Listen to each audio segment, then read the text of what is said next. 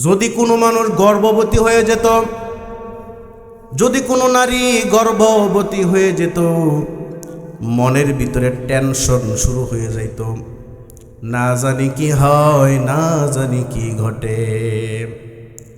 এমন জাহেলি যুগের কথা বলছি ভাই আমার। মহিলা যখন গর্ভবতী তখনই তাদেরকে বাড়ি থেকে আলাদা করে একটা মরুভূমির ভিতরে, বন জঙ্গলের ভিতরে একটা করে ঘর বানায়া সেই জায়গায় রেখে দিত।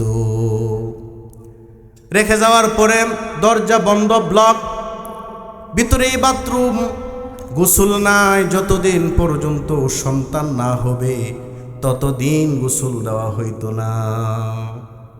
যদি সন্তান দুর্ভাগ্যক্রমে মেয়ে হইতো তাহলে আদেশ করা হতো, নির্দেশ দিয়ে দেওয়া হতো, এই হতভাগিনীর কপালে আর আমার ঘরের ভাত নাই, আমাদের বাড়িতে তাকে আর ওঠানো হবে না, বরং তাকে নিয়ে একটা গর্ত করে তার সন্তান সহ জীবিত পুঁতে দাও। বলেন নাউজুবিল্লাহ।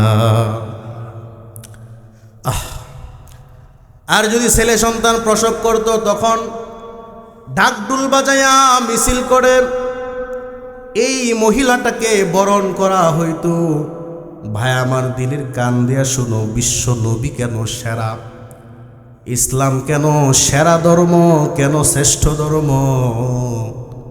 এই জায়গায় বুঝবেন তখন বিশ্বনবী জনাবে মুহাম্মদুর রাসূলুল্লাহ মধুর নামের পরে পড়েন সাল্লাল্লাহু আলাইহি ওয়াসাল্লাম দুনিয়ায় আগমন করলেন, মর্যাদা দিলেন, নারীরে বুকে টেনে নিলেন।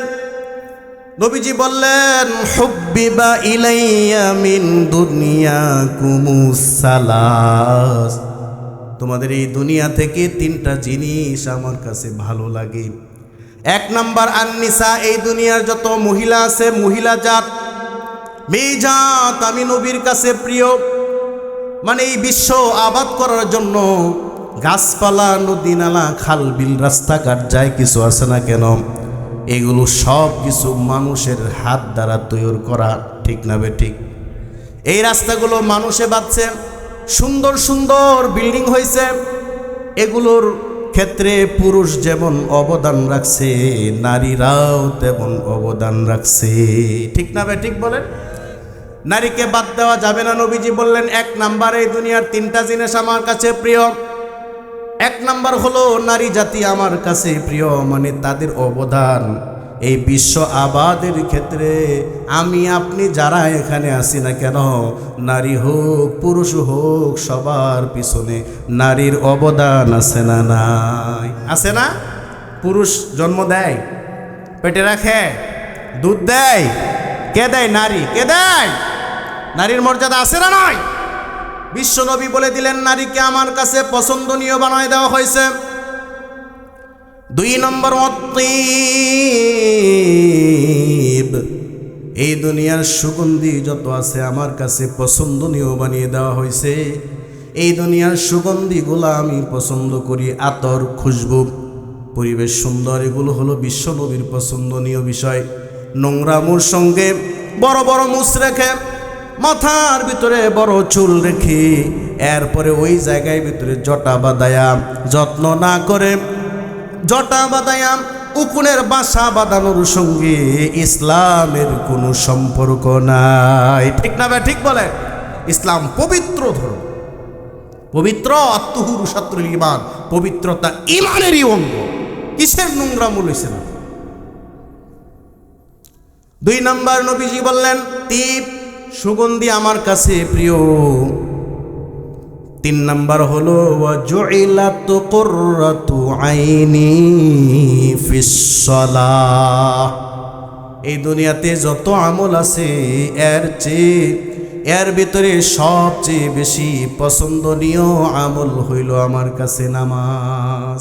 জুইলাত কুররাতু আইনি ফিস সালাহ, আমার চোখের শীতলতা কাফের বেঈমানেরা আমার উপরে আঘাত করে, আমি নামাজে দাঁড়ালে সেগুলো ভুলে যাই। আল্লাহু আকবার। কাফের বেঈমানেরা আমাকে ধিক্কার দেয়, নানানভাবে গালি দেয়, আবতার বলে, লেসকাটা বলে, আমার মনের মধ্যে কোনো দুঃখ নাই, কোনো বেদনা নাই, আমি যখন নামাজে দাঁড়ায়া যাই, রবের সামনে যখন আমি দাঁড়ায়া যাই, তখন আমার মনের ভিতরে কোনো কষ্টই থাকে না। সুবহানাল্লাহ। তাহলে তিন জিনিস নবীর কাছে প্রিয়। এক হলো নারী জাত, দুই নম্বর হলো সুগন্ধি সুন্দর পরিবেশ, সুশ্রী পরিবেশ নবীজির কাছে পছন্দনীয়, দুর্গন্ধের সাথে ইসলামের কোনো সম্পর্ক নাই। তিন নম্বর হলো এবাদতের ভিতরে সর্বোত্তম এবাদত হলো নামাজ। আমরা এই তিনটা মানব, বলেন ইনশাআল্লাহ।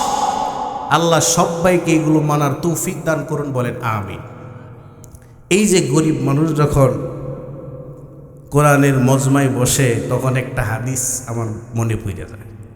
এই হাদিসটা বলে আমি আলোচনায় ঢুকবো। আপনারা আছেন তো? গরিব মানুষ যখন কোরআনের মজলিসে বসে, তখন আল্লাহ পাক কত খুশি হয়। আবু দাউদ শরীফের 3666 নং হাদিস। আবু দাউদ শরীফ 3666 নং হাদিস। হাদিসের বর্ণনাকারী রাবি হযরত আবু সাঈদ খুদরি রাদিয়াল্লাহু তাআলা আনহু। তিনি বলেন, একদিন আমি গরিব মানুষের সঙ্গে বসা ছিলাম। এমন গরিব যাদের শরীরে শুধুমাত্র সতর ঢাকার মতো প্রয়োজনীয় কাপড় আছে, কিন্তু বাকি শরীর খোলা। খোলা থাকার কারণে একজনের আড়ালে আরেকজন বসে রয়েছে, শরীরে পোশাক নাই। বুঝেন না ব্যাপারটা? এইরকম গরিব। হাদিসটা শুনবেন, বাকিটুকু আছেন তো ইনশাল্লাহ। عن أبي سعيد الخدري رضي الله تعالى عنه قال হযরত আবু সাঈদ খুদরি রাদিয়াল্লাহু তাআলা আনহু বলেন, জালাস্তু ফি ইসাবাতিন মিন দুআফাইল মুহাজিরিন। নবীর সঙ্গে হিজরত করে আসছে মদিনার মধ্যে একেবারে দুআফা, দরিদ্র কিছু সাহাবায়ে কেরাম এক জায়গার ভিতরে বসা। আমি আবু সাঈদ খুদরি সেই জায়গায় গেলাম, তাদের সঙ্গে বসলাম। তারা একেবারে গরিব। কেমন গরিব?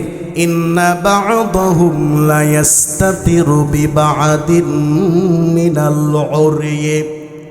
শরীরে পর্যাপ্ত পরিমাণ কাপড় না থাকার কারণে একজন আরেকজন এর মাধ্যমে পোশাক বানায়া নিজেকে আড়াল করতেছে লজ্জার কারণে।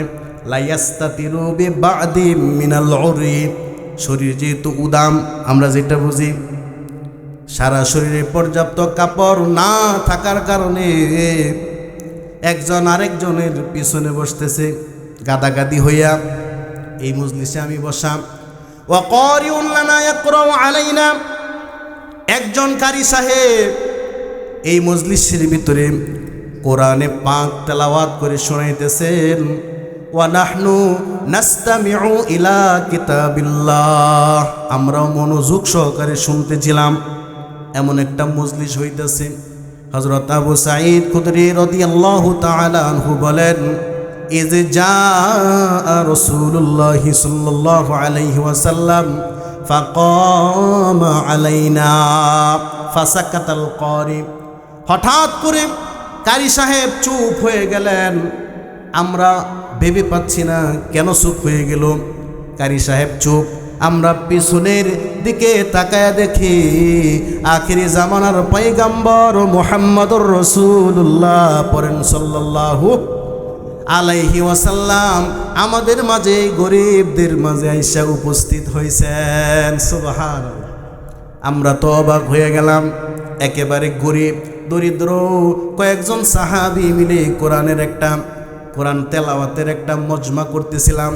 এই জায়গায় বিশ্বনবীর আগমন অস্বাভাবিক ব্যাপার। নবীজি তো জানার কথা না। মসজিদের বাহিরে এক জায়গায় বসেছিলাম, তাই আমরা অবাক হয়ে গেলাম। নবীজি ফাসাল্লামা আলাইনা, নবীজি আমাদেরকে সালাম দিলেন। সামনে গেলেন, গিয়ে জিজ্ঞাসা করলেন, মা কুনতুম তাসনাউন। ও আমার সাহাবীরা, মন থেকে আসল কথাটা বলে দাও। এই পর্যন্ত তোমরা কি করতেছিলে, কোন কাজ করতেছিলে? মাজা কুনতুম তাসনাউন। এই পর্যন্ত তোমরা কি আমল করতেছিলে, কি আমল করতেছিলে? খোলাখুলিভাবে আমাকে বলে দাও। সাহাবায়ে কেরামদের মধ্যে হযরত আবু সাঈদ খুদরি রাদিয়াল্লাহু তাআলা আনহু বললেন, ইয়া রাসূলুল্লাহ, ইন্নাহু কারিউন লানা ইয়াকরাউ আলাইনা বিকিতাবিল্লাহ ওয়া নাহনু নাস্তামিউ ইলা কিতাবিল্লাহ। ওগো নবীজি, ইনি হলেন আমাদের একজন কারি সাহেব। আমরা কয়েকজন গরিব মানুষ এই জায়গার ভিতরে বসে কালামুল্লাহ শরীফের তেলাওয়াত শুনতেছিলাম। এই যে গরিব মানুষের ভিতরে গরিব একজন কারি সাহেব, তিনি কালামুল্লাহ আমাদেরকে তেলাওয়াত করে শোনাইতেছিলেন, আর আমরা মনোযোগ দিয়ে শুনতেছিলাম। আল্লাহু আকবার। বিশ্বনবী সাল্লাল্লাহু আলাইহি ওয়াসাল্লাম খুশিতে আনন্দিত হইয়া তিনি বললেন, আলহামদুলিল্লাহিল্লাযী জাআলা মিন উম্মতি মান উমিরতু আন আসবিরা মাআহুম নাফসি। পড়েন আল্লাহু আকবার। বিশ্বনবী বললেন, তায়েফে রক্ত জড়াইছি, উহুদের ময়দানের ভিতরে রক্ত জড়াইছি, দান মুবারক শহীদ করছি। যেই দিন কায়েম করার জন্য যে তালিম সবার ভিতরে, সবার মনের ভিতরে ঢোকানোর জন্য আজ বুঝি সে তালিম কায়েম হয়ে গেছে। মানে লোকদেরকে যে আমি তালিম দিয়েছিলাম, কোরআনের তালিম, লোকেরা এত বেশি আগ্রহী হয়ে গেছে যে লোকেরা এখন নিজেরা গরিব হওয়ার পরও এই কোরআনের মজলিস করতেছে। বলেন আলহামদুলিল্লাহ। বিশ্বনবী বললেন, জানো না, এইমাত্র জিব্রাইল আমিন আলাইহিস সালাম আমার কাছে আসলেন। আয়েশা বললেন, ওগো নবীজি, যেই দিন কায়েম করার জন্য আপনি মেহনত করতেছিলেন, ওই দিন বুঝি আস্তে আস্তে কায়েম হইতেছে। আপনি ঘর থেকে বের হন, গরিব কয়েকজন সাহাবী, এর ভিতরে একজন কোরআনে পাক তেলাওয়াত করতেছেন, আর বাকি সাহাবীরা গরিব হওয়ার পরেও পোশাক নাই গায়ের ভিতরে, তারপরেও মনোযোগ দিয়ে কালামুল্লাহ শুনতেছেন। আপনি বিশ্ব নবী আপনার উম্মতের এই দৃশ্যটা নিজে দেখে আসেন। সুবহানাল্লাহ। তাহলে বিশ্ব নবী সাল্লাল্লাহু আলাইহি ওয়াসাল্লাম বললেন, জিব্রাইল আমিন এইমাত্র আমার কাছে আসছে। আয়েশা, উমিরতু আন আসবিরা নাফসি মাহুম, আদেশ করছে বিশ্বনবী আপনি তাদের মজলিস দেখতে শুধু যাবেন তাই নয়, বরং তাদের মাঝে আপনার বসতে হবে। আল্লাহর আদেশ। সুবহানাল্লাহ। আরশ থেকে আল্লাহর এত পছন্দ হয়েছে, বিশ্বনবীকে বলছেন এদের মজলিসে আপনি যান, তাদের মাঝে বৈশা এই কালামুল্লাহ শরীফ যে মজলিসটা হয়েছে এই মজলিসের অনুমোদন দিয়ে আসেন, তাদেরকে আরো উদ্বুদ্ধ করে আসেন। পড়েন সুবহানাল্লাহ। কথাটা কি আপনারা ক্লিয়ারভাবে বুঝছেন? এরপর বিশ্বনবী সাল্লাল্লাহু আলাইহি ওয়াসাল্লাম বসে গেলেন। সংক্ষিপ্ত কথা, বসার পরে আদব শিক্ষা দিলেন, হাতের মাধ্যমে ইশারা দিলেন, তোমরা সবাই গোলাকার হয়ে বসো। গোলাকার হয়ে বসা সুন্নত। আমরা সবাই গোলাকার হয়ে বসলাম। গোলাকার হয়ে বসার পরে বিশ্বনবী সাল্লাল্লাহু আলাইহি ওয়াসাল্লাম বললেন, শোনো, তোমরা গরিব যারা আছো, এই গরিব মানুষ যখন কোরআনের এই রকম মজলিসের ভিতরে বসে, তখন তাদের জন্য আল্লাহ রব্বুল আলামিন দুইটা সুসংবাদ দিয়া আমি বিশ্ব নবীরে তোমাদের কাছে পাঠাইছেন। বলেন মারহাবা। দুইটা সুসংবাদ। ফাকাল আবশিরু ইয়া মা'শারা শাআলিকিল মুহাজিরিন বিন্নুরিত তাম্মি ইয়াউমাল কিয়ামা। এক নাম্বার সুসংবাদ হলো, কিয়ামতের দিন তোমাদেরকে আল্লাহ রব্বুল আলামিন জান্নাতি একটা নূর দান করবেন। বলেন আল্লাহু আকবার। লোকেরা তাকায় থাকবে, এত সুন্দর নূর, এত সুন্দর নূর কোথায় পাইলা রে? এই ময়দানের ভিতরে আমাদের কাছে তো নূর নাই, কিন্তু তোমাদের কাছে নূর কোত্থেকে আসলো? তখন ফেরেশতারা পরিচয় করা দিবে, দুনিয়ার বুকে এরা গরিব ছিল, এরা গরিব ছিল। গরিব থাকার পরও কোরআনের মজলিস করতো, কোরআন শুনতো, কোরআন শোনাইতো। এই জন্য আল্লাহ পাক রব্বুল আলামিন তাদেরকে বিশেষ মর্যাদা দিয়া এই নূর দান করেছেন। বলেন আলহামদুলিল্লাহ।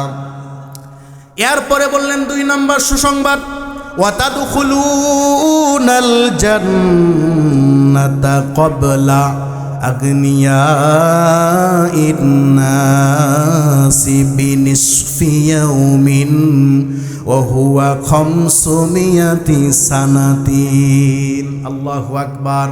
2 নম্বর সুসংবাদ হলো, তোমরা এই দুনিয়ার ধনী যারা আছে, এই ধনীদের ভিতরে যারা আমলকারী আছে, ভালো ভালো আমল করে, গরিব হওয়ার পরও যারা এইভাবে কোরআনের মজলিসে বসো, কোরআনের তেলাওয়াত শোনো, কোরআনের তেলাওয়াত শোনাও, এই মজলিস যারা করছো, যে সকল গরিবরা করছো, জেনে রেখো ওই যে ধনী আমলদার যারা আছে তাদের 500 বছর আগে তোমরা আল্লাহর জান্নাতে ঢুকে যাবে।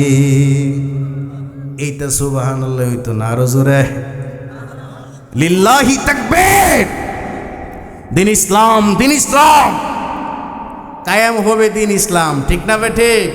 আগামী 12 তারিখের পরে দিন ইসলামী কায়েম হবে এই বাংলাদেশে। কে কে রাজি আছেন হাত তুলে দেখান। লাল নারায়ে তাকবীর, নারায়ে তাকবীর। ইসলামের বিজয় হবেই হবে ইনশাআল্লাহ। হাতগুলো নামান, ধৈর্য সহকারে আবার বসেন। 1 নাম্বার কথা গেল, এই কথা থেকে আপনারা কি পাইলেন? আমরা কি লসের ভিতরে আছি না লাভের ভিতরে? আর ইসলাম এমন একটা মজার ধর্ম, মজার ধর্ম বাজান। যেই দিন আপনি কালিমা পড়ছেন সেই দিন আপনি যা খাইবেন সবগুলো সদকার সওয়াব হবে। সুবহানাল্লাহ। আরে তিরমিজির হাদিস রে বাজান, ভালোভাবে শুনেন।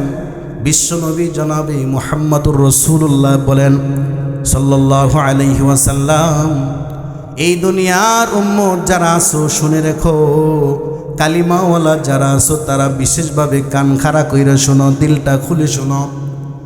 তুমি পরিবারের জন্য যা কিছু খরচ করবা আল্লাহ তৌফিক দিবেন।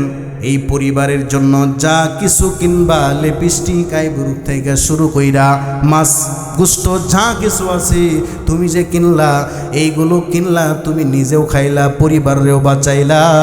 কিন্তু মাঝখান থেকে কালিমা ওলা হওয়ার কারণে আল্লাহ রব্বুল আলামিন এই খরচের বিনিময়ে সদকার সওয়াব লিখতে থাকেন। সুবহানাল্লাহ। এমনকি তিরমিজির হাদিস, কোনো মুসলমানের একটা কাঁটা পর্যন্ত ফুটে না বিনা কারণে, বরং কোনো মুসলমানের কোনো কাঁটা যদি শরীরে ফুটে তাহলে এর কারণে আল্লাহ রব্বুল আলামিন তার একটা গুনাহ মাফ করে একটা নেকি দিয়ে দেন, আল্লাহর কাছে একটা মর্যাদা বাড়ায় দেন। আল্লাহু আকবার। তাহলে আমরা মুসলমান হয়ে খুশি না বেজার? একটু জোরে বলেন আলহামদুলিল্লাহ।